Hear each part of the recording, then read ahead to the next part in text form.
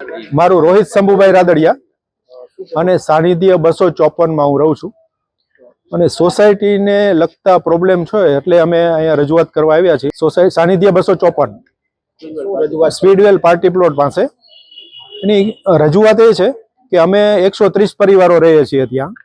તો ગંદકીનો અને building material વેસ્ટનો એ બધા ડમ્પિંગ ત્યાં કરે છે અને બિલ્ડરોના જે માણસો છે એ ખોલી કરીને ત્યાં છે. તો એના બાળકો અને મોટા પણ એ ખુલ્લામાં શૌચ ક્રિયા કરે છે, જે અમને નડતરરૂપ અથવા તો ગંદકીને એક ભાગરૂપ છે.